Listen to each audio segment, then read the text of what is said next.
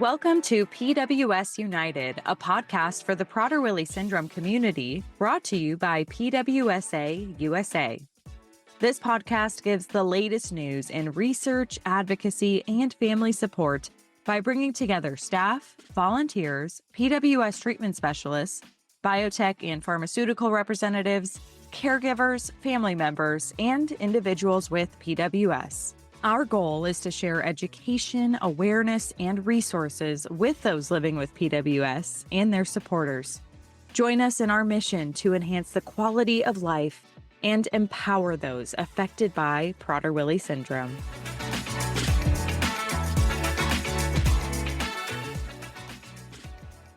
Hello, I'm Elaine Towle, Advocacy Specialist at PWSA USA and mom to James, age 39, living with PWS. This interview is part of a series with PWS siblings. We're interviewing these siblings of people living with PWS and exploring what sibling advocacy looks like at the kitchen table, in school, at the State House, or IEP meetings, clinic visits, and even everyday moments that change how a community shows up. Today, I'm joined by Miriam Chernick. She has an older brother, Daniel, who is living with PWS, and she'll tell us a little about him in a bit. She's also the author of The Zuzu Secret, a novel for middle school aged children about two siblings, one of whom has Prader-Willi syndrome. And I highly recommend it. That's just a side note. Quick note before we start, our conversation may touch on sensitive topics like medical experiences and challenging behaviors. Just take care while listening and certainly while playing it with your children around. Okay, let's jump in. Hi, Miriam. Hello. I'm so excited to do this. I I'm feel like excited too. Thank you for including me. Sure. I feel like I know a little bit about your family because I've heard you talk about them, but why don't you start by just describing your family to us? Your kind of the family dynamic and age order, and maybe just a little picture of Daniel for us. Sure. Okay. So we are five siblings. My oldest sister, Rebecca, is the oldest, and she loves to remind us of that even today still. And then Daniel is second born, and he is now 69. Then my next sister is Naomi. She's a few years younger than he is. Then I'm fourth. And then our baby, who's almost 60 now, is Rachel, and she's our baby sister. So there's actually a huge spread, about 14 years between my youngest sister and my oldest sister. And Daniel has four sisters. So that's an interesting dynamic there. And I will say, while having been on this journey related to the book and looking at my family, that my sisters and I have very different ideas about growing up and different memories. And so while I'm answering questions here today, they really are my own answers. And I would say that each one of my sisters, as a sibling of Daniel, would probably answer very differently in some cases, would definitely answer very differently. So each Fun, wouldn't experience it? is separate. Tell us about Daniel. Tell us about what makes him uniquely him. Well, I think if you asked him, he would say he is a great lover of sports, particularly baseball and football. And he loves, we live in Maryland. He lived in Baltimore for quite a few years now. He lives closer to me and closer to DC. But as a result, he loves the Baltimore Orioles baseball team and also the Baltimore Ravens football team. And he's mostly loyal to those teams unless they're having a really bad year like this year. This past summer, the Baltimore Orioles had a bad season, so he made a quick switch to the Washington Nationals, which are also a local team. But generally, he's very loyal, even if they're losing. He's in a bad mood about it, though, a lot. The other thing is he really does love his family. He spent many years of his adulthood sort of far away from his sisters and our kids, and now their grandchildren, his great nieces and nephews. But it gives him most of his pleasure is being around family. And so we have really, in the past few years, accommodated that and made much more of an effort to spend time with him, to have him see his nieces and nephews and his great nieces and nephews too. Right. So, what's your earliest, your younger sibling, what's your earliest memory of realizing that Prader-Willi syndrome was part of your family? Yeah, this is a little bit of a tough one because there wasn't one occasion. I do remember, though, as my brother was older than I was in his teen years, as he was starting to really get heavy into his hyperphagia and tantrums and so forth. That's when, even if I'd known he was born different with something different about him, it didn't matter until he started having serious tantrums in his teen years. And, those were different times. It was the '70s. There wasn't as great an awareness or an openness around talking about disabilities. In our family, there sort of was, but we didn't have the vocabulary that exists today. And also, my parents were sort of old-fashioned in that, it was like everybody's their own person. It doesn't really matter what you are or who you are, and we're all in this together. So, um I didn't it's not like there were conversations, or therapists around to help us, the siblings, think about and talk about living with someone with a disability. Today, I think a sibling would be much younger in terms of when they were aware of of their PWS sibling having PWS, but just wasn't something we talked about until I learned myself. My daughter is 3 years older than my son with PWS, and she can remember going to therapies and sitting and playing while he was doing occupational therapy. She remembers some of those visits, so I think you're right, because in the '70s, there wouldn't have been as much of that, I think, so Right, exactly, yeah. if you had to describe your sibling relationship with Daniel in 3 words, what would those words be and why? I would say, especially as adults now, these words would be specific to our relationship in the last few years as adults. Trusting. I think I've learned to trust him more so and not question everything he says or to read between the lines. And he is very trusting of me. He really uh, quotes me all the time, as Miriam said, or Miriam says. And so I think that is a trust thing. He trusts what I say and he acts on it when he can. I think that comes from a place of love and caring. I will say that I mentioned the tantrums and so forth. As a much older adult, Daniel has calmed down significantly. I can't remember the last time he had a tantrum, honestly. I mean, he gets upset and sometimes he gets emotional, but he does not have the kind of tantrums we experienced growing up, ever, really. And so I think that has allowed for us to be more and less angry at each other and more caring and loving too. But having said that, I get frustrated often and he gets frustrated sometimes. And so I would say the third word would probably be just frustration. I try to be patient and I get frustrated Not surprising. too. What's a small, kind of ordinary moment with Daniel that when you think about it seems extraordinary to you? I would say back to the trusting word or topic or area. Often he tells stories that I know are not true or embellished. So when he tells a story that I know is 100% true, or when he recounts a memory that I agree is 100% true because I shared it, let's say.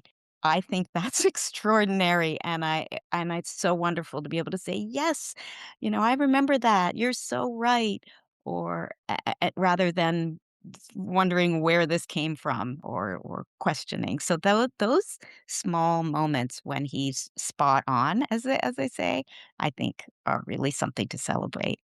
Great. Think about the way people understand Prader-Willi syndrome. How has your understanding of PWS changed as you've gotten older? I would say I was just incredibly uneducated about the specifics, the genetic components, so not just the scientific piece, but how people with PWS are growing up today. And so I've learned so much through PWSA, I have to say, and also social media and groups and so forth over the last 10 years mostly. And so I feel more comfortable with PWS because I understand it better and I understand the range of experiences people have and families have. And I'm also just hopeful for example, my brother was never eligible for human growth hormone. He has hypotonia and the medical issues around that. And I'm so happy to think that young people born today who have opportunities to take new medications and so forth just won't have any that kind of issue. Sure, they still have PWS, but with the passage of time, I'm really hopeful that new generations of people with PWS won't have the same struggles that we did, that my brother did. Yeah. No, I can appreciate that too. When you hear the term sibling advocate, which is kind of how we've labeled this series that we're doing, what does that look like in your life? So for me, being a sibling advocate means education. Education for people mostly who are to have no knowledge of PWS. And having written a book with a main character who has PWS, I've just learned to hone my story to be able to say clearly to people who are new to this disease and children in particular very specifically what it's about and really to advocate for first and foremost basic knowledge about what it is before we could getting into any of the downstream steps. So that's my primary goal when I feel myself advocating. I think that's wonderful because you're advocating to groups of people who have no exposure or likely have no exposure to PWS. So that Exactly. hopefully those children will take that into their school life and into their community life and recognize somebody with that even somebody that's different, not necessarily just PWS. I'll share a little story too, reflecting on your book because I read it to my grandchildren and my youngest is 7 and she was the most questioning. We'd read the chapters alternate between the 2 characters, and when I'd read a chapter about the brother, she would stop me and say, "Now, why does he talk like that? And Yeah. why does he say that? He says that a lot." So I would kinda say, "Well, everybody with Prader-Willi syndrome is different. Your Uncle Jim does something kinda like that," and I could kinda explain it, but this is how this person, this character does. So it's been a great teaching tool for me personally with my grandkids, which is Yeah. nice. Yeah, thank you for Um, reading it to them. yeah. What's an advocacy moment that you're proud of? Might be big, might be something small. Okay, so recently, just last year, I was traveling with Daniel, and traveling is always stressful. And we were going through TSA, and he got flagged at security because I think he touched the wall of the can something went off, and so they decided to do a physical check of him. And then there was a conversation among the TSA employees about whether to have a man or a woman check Daniel and they kept saying "she," and so, "Get a woman over here because she needs to be checked," and I said, "She is a he, and we don't care who checks him, just do it quickly."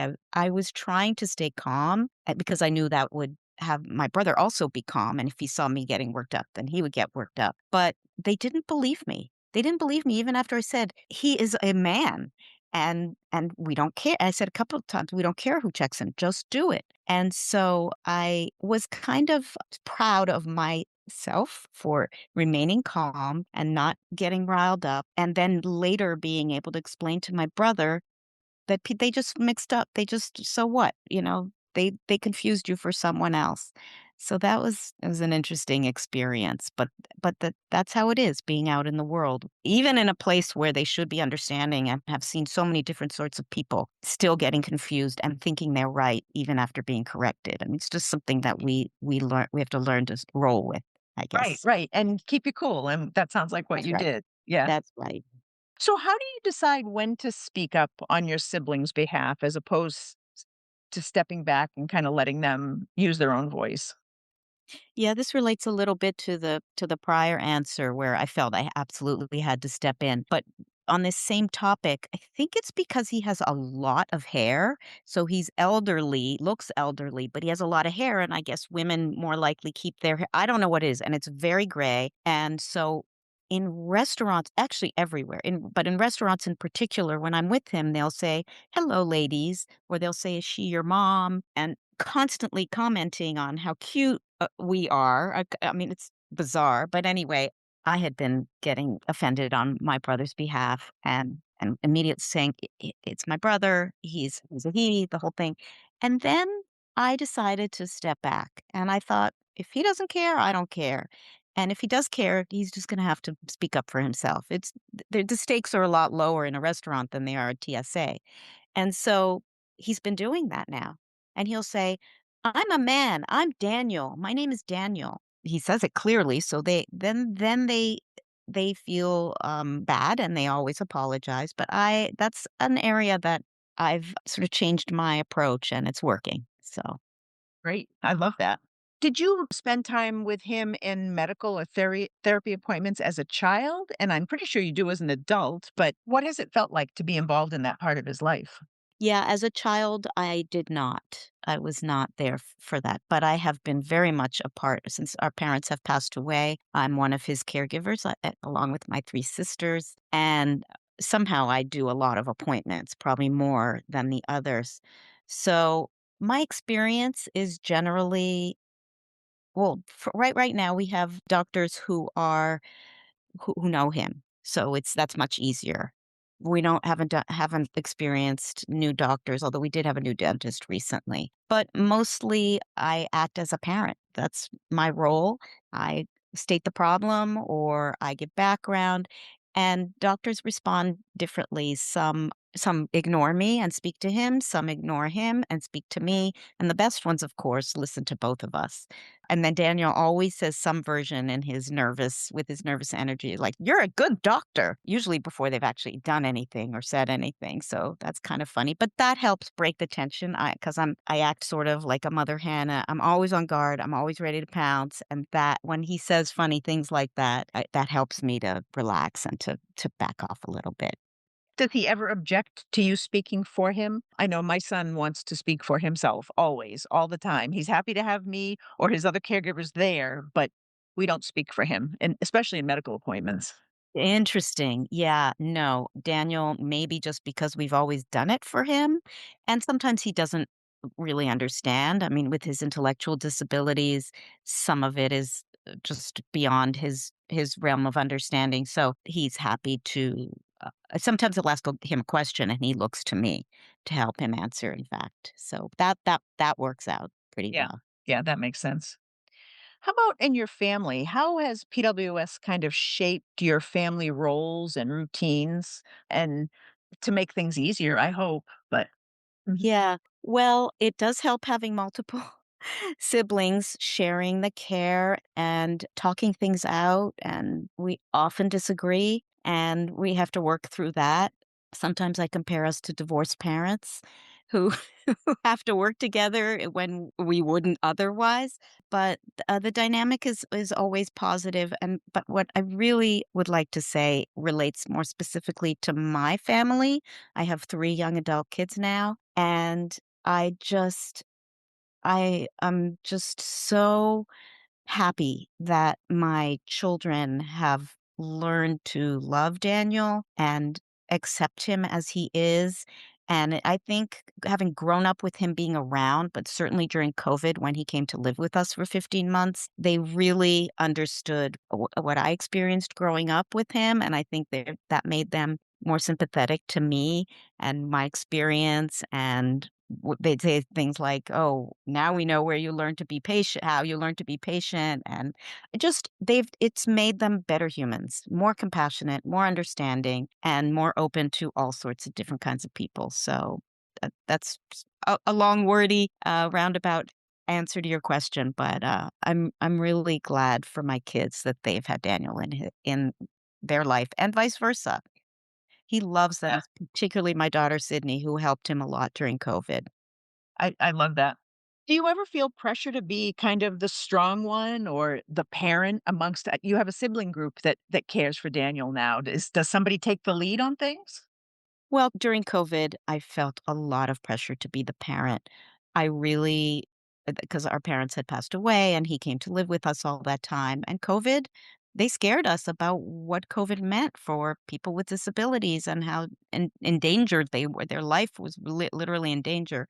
So that took a toll on me. I felt a lot of pressure to keep him safe, and I felt I was responsible for his life. It was kind of a life or death situation. That was hard for my mental health. I became depressed about the situation, but I was glad that he came out of it. He was able to be vaccinated pretty early. I live in Maryland, where they were really fantastic about getting vaccines to the IDD community.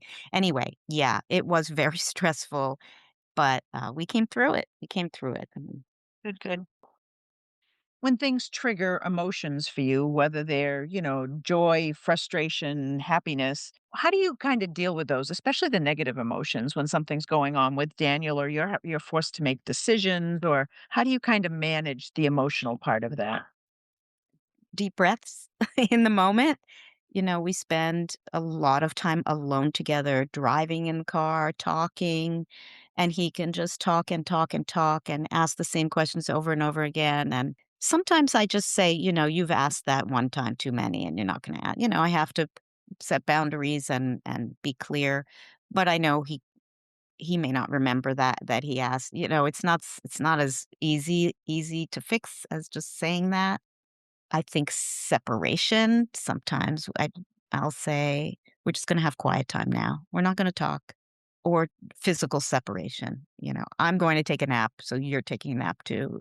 We don't live together, so it's different situation from a lot of siblings who have the 24/7 scenario. So I can separate and go home and process and tell my husband about it or the kids or whatever. So Yeah. and as I said, he's just much, much calmer than back when he was younger, and so he's just a lot a lot easier to be with. Yeah. It's just a Good. lot of fun, Yeah. mostly. Good. How do culture, geography, finances shape your family's PWS journey? You have a really interesting family story. I've loved hearing it when I've heard you share that. But you don't have to get into the whole thing. But how do those things kind of influence or have shaped your family's journey with PWS?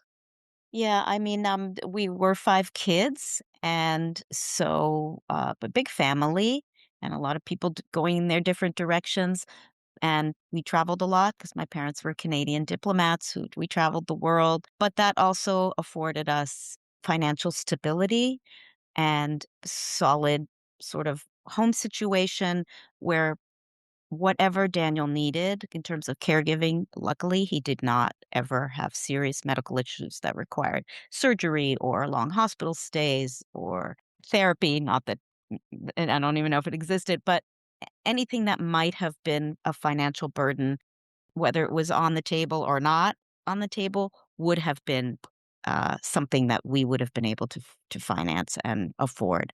And I feel, in retrospect now, at the time, I don't think as a child I didn't realize that, but we were very privileged to be able to have childcare for him, extra care for him when needed around the world. Sometimes people who didn't speak English, I think that was wonderful for him. He did learn some Spanish and some French as we traveled around. So, yeah, I think I my heart goes out to families who are making financial decisions related to their PWS child or sibling all the time. That's something that, for the most part, almost never had to worry about, and I'm really grateful for that. Oh, I think you were certainly blessed in that way, which is great. Where have you found community, kind of real community around PWS? Well, our major, main, and very large and wonderful community is the PWS community, and who we've met through the Prader-Willi Syndrome Association. We love the conferences, and we love being with people who have PWS or understand PWS because it's the only time where we don't feel we have to explain. And it seems like a small thing, but it's just that extra layer of stress is just gone. Everybody understands. There's no explaining. There's just support and community, and it's fantastic. I love it so much. I totally agree. Conference, especially conference this past year, it was Oh just my amazing. It was yeah, wonderful to meet Daniel in person. My son was there as well, and he was with his people, and it was right. just it was really yeah, it was wonderful. I agree. I think that's it's a relief sometimes after the Yes, heaviness. Yeah. exactly. My next kind of category of questions is about future planning. Now, Yeah, Daniel's an older gentleman now. He's the same yeah. age as I am, so I'll just note Okay. what worries or hopes do you have as he ages at this point? What are you concerned about from the aging process? Yeah, I mean, because there aren't that many people with PWS who are older adults, there's not that much data or research about how PWS people age and whether or not they age differently from people who don't have PWS. So we're kind of charting new territory. For example, Daniel is becoming more and more forgetful, small things. And it's not clear if that's a PWS thing, if it's just a him thing, if it's exactly what it is. But it's a little bit young to be forgetting the kind of things he's forgetting, unless he has something. So, that's a little bit concerning, but hopefully, as we learn about him as he ages, we can be sharing what we learned or what he experiences with generations of PWS people coming up behind. Yeah, what a great perspective. That's amazing. We didn't talk about this earlier. What's his housing situation? So he lives in, there were no group homes in our whole area for people with PWS when he moved here, I guess around 12 or 13 years ago. And so he was able to secure his own apartment. It's absolutely adorable. And he has caregivers with him whenever he's not at his day program, which is 5 days a week, all day. And they're with him overnight and on weekends when he's not with us. Yeah, no, that's great. How does he manage his apartment? Can he keep it kind of He's a little bit of a collector of things, so sometimes I have to go feel in your and pain? clean up. Yes, but he's pretty neat, and he can take care of himself physically for the most part. He does his own showering and so forth, and it's great because the kitchen doesn't have any food in it except for some breakfast items, and then he takes his lunch with him, which is packed up, and the building he's in, provides dinner. It's a facility for independent older people. So, That sounds wonderful. Yeah, that's that what's sounds great. about. What Mhm. what what's his favorite thing to collect, just out of curiosity? Art objects that he created, the things he's done in his program, like, painting a rock or making a Halloween hat, whatever, and if it were up to him, he would have 20 years of art stuff. But papers also, he piles up papers, notices from building and notices. My son is books. He's Oh. never met a book he didn't like, and you don't get rid of any books, and you collect the whole series and keep them forever.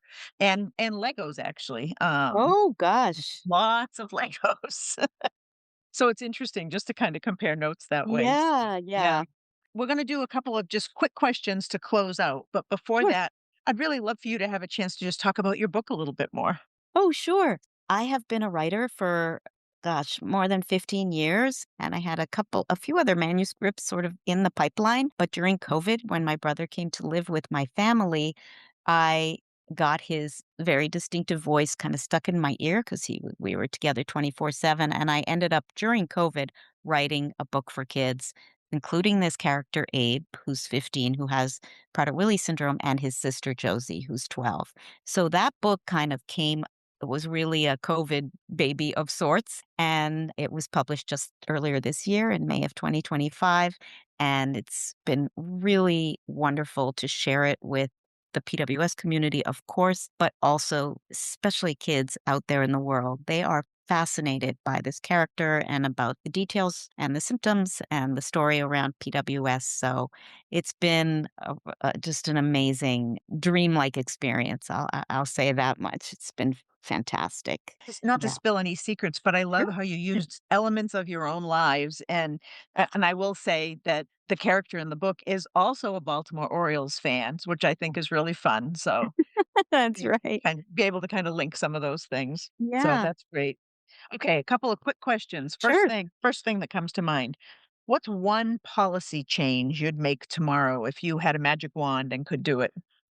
I would insist that any day program or caregiving organization out there for some who accepts someone with PWS really take to heart food safety and our need for considerations around food, because we have found that to be the number one issue. They just don't get it, and they don't want to comply with it, and it's very frustrating for us, and particularly for my brother. Yeah. Wow. What's one moment of joy with Daniel that you'll never forget? So at the 2 conferences ago, we went to Disney World because that's where the conference was, right next door, and Daniel got to meet Mickey Mouse, and I don't think there's one person who was at that conference who he met who didn't know he met Mickey Mouse. He was overjoyed. He couldn't believe it. Not only did he get to meet Mickey Mouse, but he also got pictures with Mickey Mouse, and he still talks about it. So, I will never forget his joy at that experience. Yeah. Great. That's great. And what's one word for what sibling advocacy means to you? And if there's a story behind it, share. Yeah, I would say education, educating people, particularly about hyperphagia. And this goes to what I just said earlier about food safety. His program now, day program, they're very nice, but there are a lot of different people in this program with different disabilities, and their policy was to take people. The big thing now is getting people out in the community. Don't stay in a facility and work at tables and stuff, but drive around the city and go to different places, which has its own issues. But in any case, one of the things that they were doing was having breakfast at Dunkin', lunch at Panera, snack at McDonald's. And it took me months to explain to them that this is like bringing an alcoholic to a liquor store and letting them sit there for 4 hours. Which is not okay. So, fast forwarding to the end of the story, they did change. Now they go to libraries and to parks, etcetera, so they are not sitting in fast food places. But other parents and caregivers were so appreciative of this change. People with someone with disabilities who doesn't have hyperphagia and don't have food issues, but just didn't want them hanging out in fast food joints, spending money on crap, like not good food for them. So there was that very interesting sort of ancillary benefit that other people joined in my crusade to just have them to stop sitting in these places eating junk food. So educating the community is really my word for advocacy around PWS. I think that's true in so many settings. Thank you. I mean, that's a Yeah, wonderful story. I love that. And your advocacy genes came out and I they think and I think did.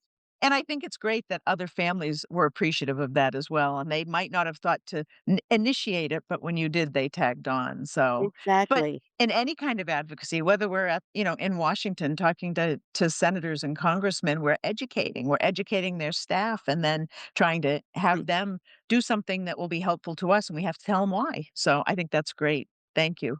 And I will say that I'm not sure I would have had the tools or the confidence really to do that before I joined the advocacy group at PWSA. I mean, you, Elaine, and Dorothea, and the whole team have given me so much, again, confidence to speak up and to learn to say things in a way that makes people respond. So thank you for that. Great. That's great. Thank you so much. I've really enjoyed learning a little bit more about you and your family and just connecting with you because it's so nice to see you. Thank you for sharing. Your perspective is really important because you have an older sibling and people, have questions about what happens when my child ages. So thanks Yeah. for showing us how your family has dealt with it and sharing your concerns for the future, which I share with you. And it's been lovely to have you here. Yeah. Thank you for including me. It's been a pleasure.